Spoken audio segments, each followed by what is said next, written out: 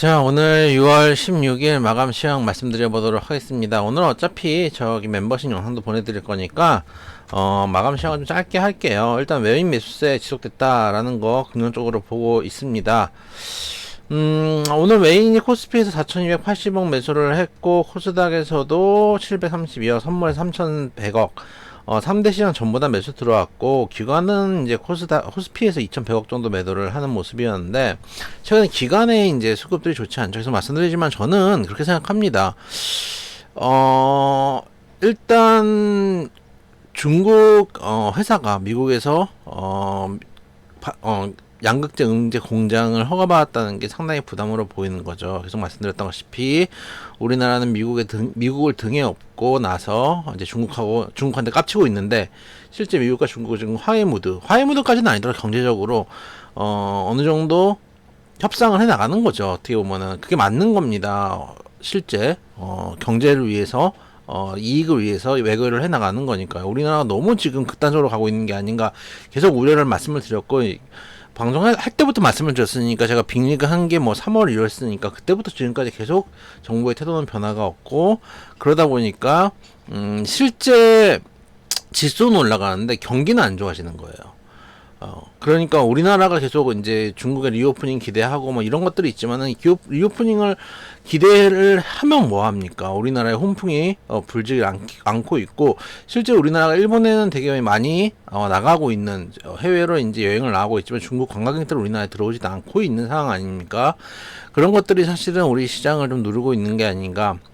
결국은 그러니까 우리 경제를 누르는 거죠. 그래서 시장은 반등을 해주지만은 경제는 눌리는 상황이고, 그러다 보니까 가는 섹터들만 가고 있는 것 같습니다. 반도체 최근에 좀 올라오고, 그 전에 2,000원조 올라오고, 그런 것들이 순환매를 돌리는 상황인데, 최근에 그 두 섹터를 제외하고는 움직이지 않고 있다가, 오늘 같은 경우는 그래도 전반적으로 올라간 게 참 긍정적이라고 보고 있습니다. 지수 대비해서 상승 종목들이나 상승 종목 수가 그래도 많은 상황이기 때문에, 보시면 전반적으로 코스피입니다. 뭐 한 종목, 하나 오션 이런 종목들이 딱 눈에 띄지만 그 외에는 전반적으로 올라가는 정도로의 흐름이고, 코스닥 같은 경우도 몇몇 쪽 뭐 케어전, 이게 이제 액면 분할 이슈가 있어가지고 좀 올라간 거고, 에코프로 좀 올라갔고, 에코프로 BME 시장을 맡고 있는 상황에서 그 다음에 전반적으로 그냥 올라가는 정도의 흐름이었기 때문에, 오늘 지수 대비해서 뭐 어떤 특정 섹터 크게 올라가기보다는 전반적으로 시장에서 종목들이 올라가는 정도의 흐름이었습니다.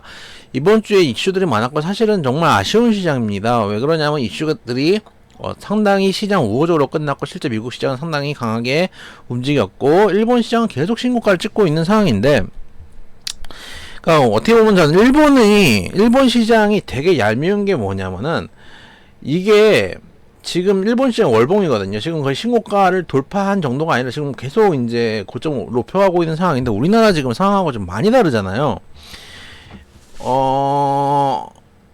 일본의 수출 규제를 우리가 풀어주고, 일본의 오염수를 우리가 배출하는 걸 지지해줘요. 일본에서 아쉬워하는 것들을 우리가 해결을 해주고, 거기에 대한 피해는 우리가 받아요.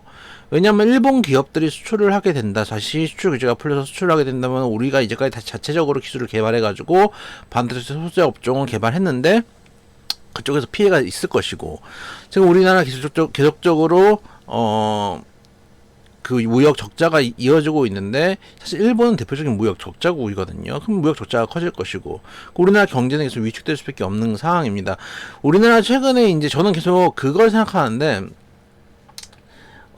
외환 보유고를 저는 걱정하거든요. 물론 지금 당장 외환 보유가 문제가 될 게 없다라고 생각하고, 뭐 IMF 때보다 지금 뭐 훨씬 더 많은 양의 외환 보유고를 가지고 있다고 하지만, 우리가 IMF 때 98년보다 훨씬 더 경제 규모도 커지고, 그리고 물가도 그만큼 인플레이션이 올라왔기 때문에 같은 돈이라고 해도 그때의 경제 규모와 지금의 경제 규모를 비교할 수는 없는 거거든요. 그러니까 따진다면은 이걸 그냥 웃으면서 넘어갈 수 있는 문제는 아니라고 생각이 돼요. 특히 일본이 올라가는 게 아까 말씀드렸다시피 지금 반도체 섹터들이 일본에서 좋거든요.